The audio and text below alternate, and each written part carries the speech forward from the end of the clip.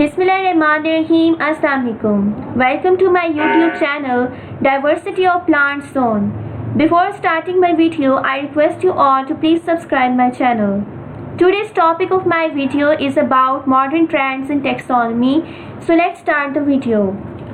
First of all, I'm going to describe about the introduction. As we know, taxonomy is the science of grouping organisms into different categories according to their physical characters. This grouping or classification should be based on homology. The individuals gathered in the same group must share the characteristics that have been inherited from a common ancestor. Thus, to study the modern trends in taxonomy, we must go through the history of classification and how this branch has developed with the development of people, instrument, and techniques. We must keep in our minds that taxonomy today is a reflection of the past. Meanwhile, the system of classification reflects both needs, level of the knowledge, philosophical concepts, and available technology for each historical period. Next, I am going to discuss about the history of the classification. Classification of organisms have been started from the beginning of the human existence, basing on their needs, shelter, food, and medicine. Whenever it started, plant taxonomy has at least 6 distinct periods. First is pre-literature, second is ancient literature, third is medieval or dark ages, fourth is Renaissance, fifth is theory of evolution, and sixth is taxonomy revolt. Each of these periods has its own characteristic feature and achievements. So if we go quickly through each of these periods, we can recognize how plant taxonomy progressed and developed. First, I am going to discuss about pre-literature period. In this period, the people were very close to the earth, got their food from hunting and gathering.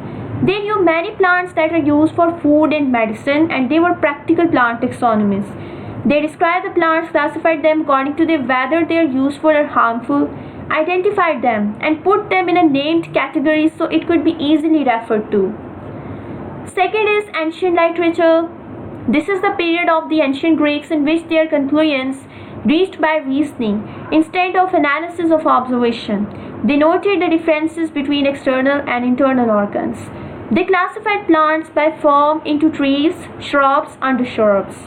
They also recognized annuals, biennials, perennials, and floral morphology. Meanwhile, they described many medicinal plants which considered the basic source of information for more than 1500 years. Third is medieval or dark ages. In this period, a little has been done in plant taxonomy except that of Albertus Magnus, who recognized monocots and dicots, vascular and non-vascular plants. Fourth is Renaissance. This period has influenced by the following. First is printing press was invented. Second, individuals had confidence to attempt original work. Third is navigation, enabled collection of plants from all over the world. For that, this period was an active period of learning and exploration. Meanwhile, many large volumes about the plants and their uses like the herbals were produced. It was the initial efforts of the ancients to structure and order flowering plant diversity, as well as many natural and well-defined genera and families were established, beside naming of the plants. As proposed by the Carolus Linnaeus, which is also called father of the plant taxonomy, the beginning of numerical taxonomy, which is also known as phonetics, has been started by the Adamson. And early thinking of evolution has been achieved by the Lamarck, as well as the use of internal structures beside the external ones in the classification has been done by the de Candolle. Next is theory of evolution. Prior to the theory of evolution by the Charles Darwin, a geologist called Charles Lyell proposed a theory of the geological gradualism and says that there is a slow continuous changes produced features we see today. Thus, the Darwin thought that the earth was much older than 6,000 years and that evolutionary change must occur through the gradual accumulated differences. He provided the conclusive evidence that the evolution of life form has occurred and proposed natural selection as the mechanism responsible for these changes.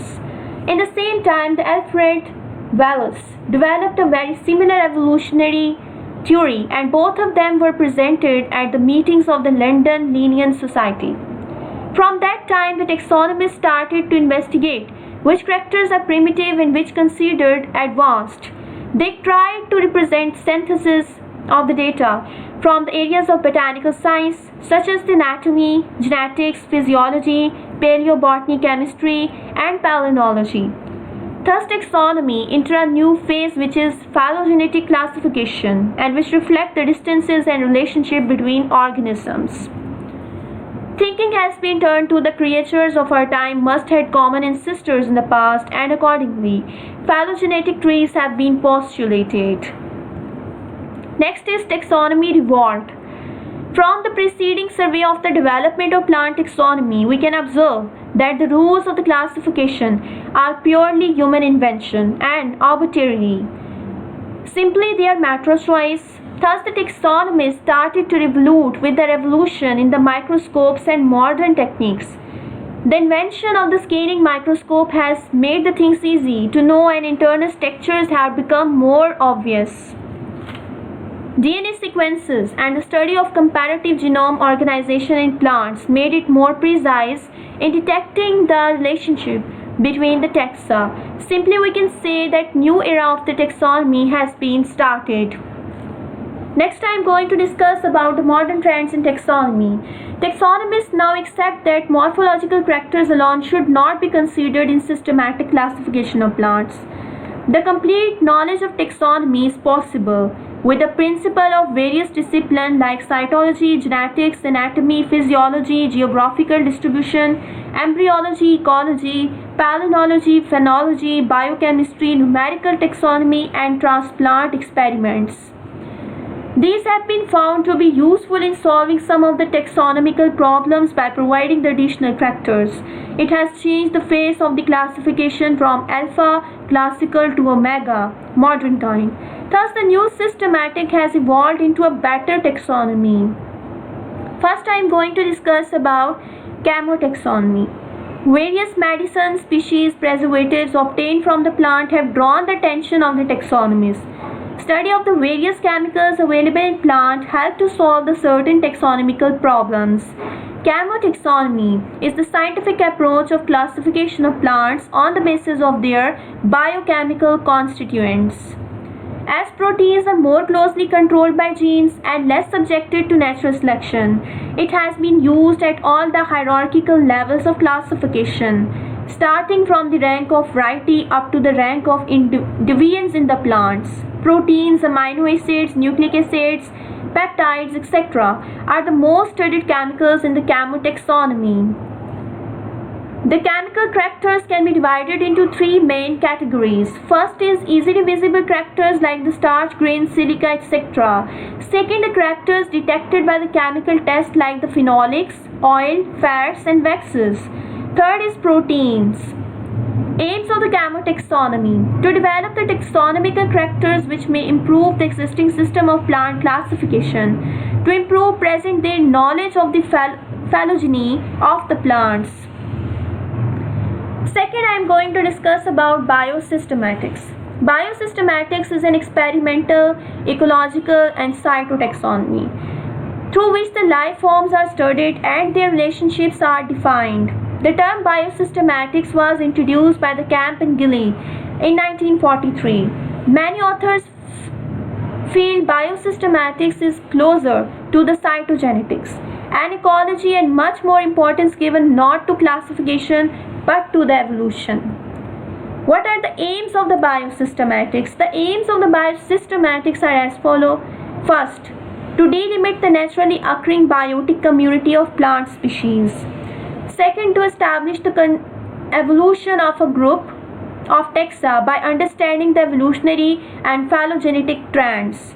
Third, to involve any type of the data gathering based on the modern concepts and not only on morphology and anatomy.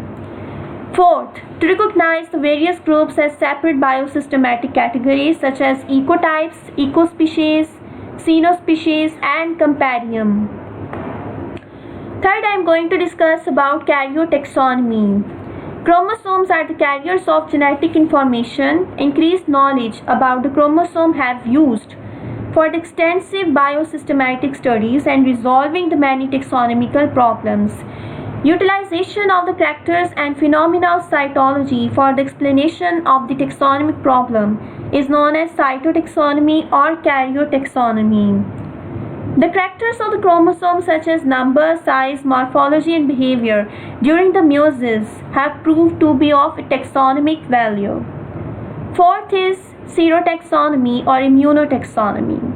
Systematic serology or serotaxonomy has its origin towards the end of 20th century with the discovery of the serological reactions and development of the discipline of immunology. Classification of very similar plants by means of differences in their proteins they contain to solve the taxonomical problem is called the serotaxonomy. Smith 1976 defined it as the study of the origins and properties of antisera. Importance of the serotaxonomy. It determines the degree of the similarity between the species, genera, families, etc. by comparing the reactions of antigens from various plant taxa with antibodies raised against the antigen of a given taxon. The example of this is here. The assignment of the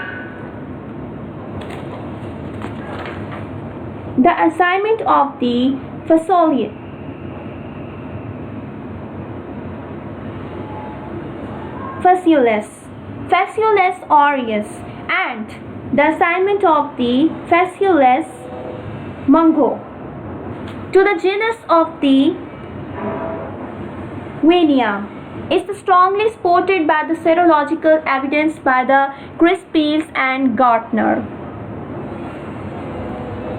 Next, I am going to discuss about molecular taxonomy. Molecular taxonomy is the branch of the phylogeny that analyzes hereditary molecular differences, mainly in the DNA sequences, to gain the information and to establish the genetic relationship between the members of different taxonomic categories.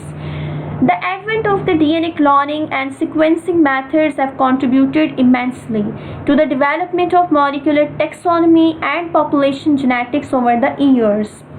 These modern methods have revolutionized the field of molecular taxonomy and population genetics with improved analytical power and precision. Molecular markers. Molecular markers include allozyme electrophoresis, is a method which is used to identify the genetic variation at the level of enzymes and that are directly encoded by DNA. Second is mitochondrial DNA markers. These are non-nuclear DNA located within organelles in the cytoplasm and called the mitochondria. The entire genome undergoes transcription as one single unit and they are not subjected to recombination and thus they are homologous markers. Next is microsatellite. Is a simple DNA sequence which is repeated several times across various points in the DNA of an organism, and these usually 2 to 5 repeats are highly variable, and these loci can be used as the markers. Example, TG, TG, TG, in which the two base pairs repeat. The region are termed as the tandem repeat. Next is single nucleotide polymorphisms arise due to the single nucleotide substitutions, transitions and transvariants, or single nucleotide insertions or deletions. Single nucleotide polymorphisms are most abundant polymorphisms in the genome, coding and non-coding of any organism. These single nucleotide variants can be detected by using the PCR, microchip arrays or fluorescence technology. Next is DNA microarray or DNA chip. Consists of small glass microscope slides and silicon chip or nylon members with many immobilized DNA fragments arranged in a standard pattern. A DNA microarray can be utilized as a medium for matching a reported probe of non-sequence against the DNA isolated from the target sample and which is of unknown origin. Species-specific DNA sequences could be incorporated into DNA microarray and this could be used for identification purposes. Next are arbitrary markers, are sometimes used to target a segment of DNA of unknown function, and the widely used methods of amplifying unknown regions are RAPD rapid and AFLP DNA. Specific nuclear DNA markers. Variable number of the tandem repeat is a segment of DNA that is repeated tens or 11 hundreds to thousands of times in nuclear genome, and they repeat in tandem, vary in number in different loci and differently in individuals. There are two main classes of repetitive and highly polymorphic DNA, which is as follows. First is mini-satellite DNA, which is referring to genetic loci which repeats of length 9 to 65 base pair, and second is microsatellite DNA, which repeats of 2 to 8 base pairs, 1 to 6 long. Microsatellites are much more numerous in the genome of the vertebrates than mini-satellites. The results of a molecular phylogenetic analysis are expressed in the form of a tree. Tree is called phylogenetic tree. Different molecular markers like the allozymes, mitochondrial DNA, microsatellites, RFLP. RFLP stands for the restriction fragment length polymorphism. Rapid, RAPD, random amplified polymorphic DNA. AFLPs, amplified fragment length polymorphisms. Single nucleotide polymorphisms like the SNP and microchips or arrays are used in analysis. Next are the uses of the molecular taxonomy. Molecular taxonomy helps in establishing relationship of different plant groups at DNA level. It unlocks the treasure chest of information on evolutionary history of organisms. Next I am going to discuss about RFLP, restriction fragment length polymorphism. RFLP is a molecular method of genetic analysis that allows identification of taxa based on a unique patterns of restriction sites in specific regions of DNA.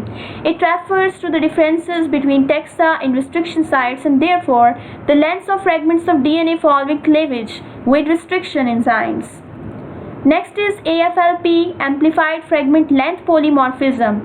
This method is similar to that of identifying RFLPs, in that restriction enzyme is used to cut the DNA into numerous smaller pieces, each of which terminates in a characteristic nucleotide sequence due to the action of restriction enzymes. AFLP is largely used for population genetics studies and has been used in the study of closely related species and even in some cases for higher level cladistics analysis. Next is rapid random amplified polymorphic DNA, RAPD. It is a method to identify genetic markers using randomly synthesized primer that will anneal recombined DNA in the double-stranded form to complementary regions located in various locations of isolated DNA. If an other complementary site is present on the opposing DNA strand at a distance that is not too great within the limits of PCR, then the reaction will amplify this region of DNA. RAPDs, like the microsatellites, often may be used for genetic studies within species, but may also be successfully employed in phylogenetic studies to address the relationship within a species or between closely related species. However, rapid analysis has the major disadvantage that results are difficult to replicate, and in that homology of the different bands of the similar bands in the different taxa may be nuclear. Significance of molecular taxonomy. It helps to identify a very large number of species of plants and animals by the use of conserved molecular sequences. Using DNA data, evolutionary patterns of biodiversity are now investigated. DNA taxonomy plays a vital role in phytogeography, which ultimately helps in the genome mapping and biodiversity conservation. DNA-based molecular markers used for designing DNA-based molecular probes have also been developed under the branch of the molecular systematics. Next is DNA barcoding. DNA barcoding is a taxonomic method that uses a very short genetic sequence from a standard part of genome. The genetic sequence used to identify a plant is known as DNA tag or DNA barcode. Paul Hebert, in 2003, he proposed that DNA barcoding, and he is considered as the father of the barcoding. The gene region that is being used as an effective barcode in plant is present in two genes of the chloroplast. First is MATK or MATK gene. It is also called as maturase K. And second is RBCL. RBCL gene is also called ribulose biphosphate carboxylase and have been approved as the barcode regions for plants. Sequence of unknown species can be matched from the submitted sequence in GenBank using the BLAST web program for searching the closely related sequences. Significance of DNA barcoding. DNA barcoding greatly helps in identification and classification of organisms. It aids in mapping the extent of the biodiversity. DNA barcoding techniques require a large database of sequences for comparison and prior knowledge of the barcoding region. However, DNA barcoding is a helpful tool to determine the authenticity of botanical material in whole, cut or powdered form. DNA barcoding. List of the conferences of International Barcode was held in. First conference was held in 2005 in London, United Kingdom. Second conference was held in 2007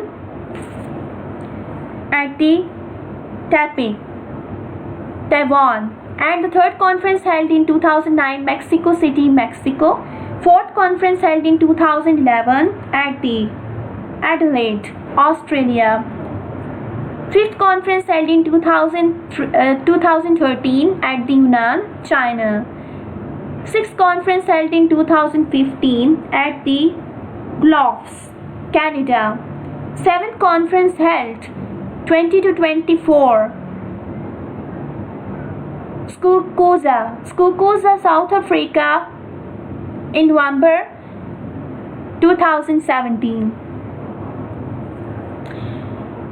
Now I will discuss the differences between the classical and modern taxonomy. First I will tell you about the classical taxonomy and then I will tell you about the modern taxonomy. Classical taxonomy. It is called old systematics or alpha taxonomy or taxonomy. On the other hand, modern taxonomy, it is called neo-systematics or biosystematics or omega taxonomy. Classical taxonomy, it is pre-Darwinian, and modern taxonomy, it is post-Darwinian. Classical taxonomy species considered as basic unit and static. On the other hand, in modern taxonomy, species is considered as dynamic entity and ever-changing. Classical taxonomy classification is mainly based on morphological characters. On the other hand, in modern taxonomy, classification is based on morphological reproductive characters and phylogenetic evolutionary relationship of the organism. Classical taxonomy. This system is based on observation of a few samples or individuals. Modern taxonomy. This system is based on observation of large number of samples or individuals. If you like my video, please like and subscribe to my channel. Thanks for watching. Thank you so much.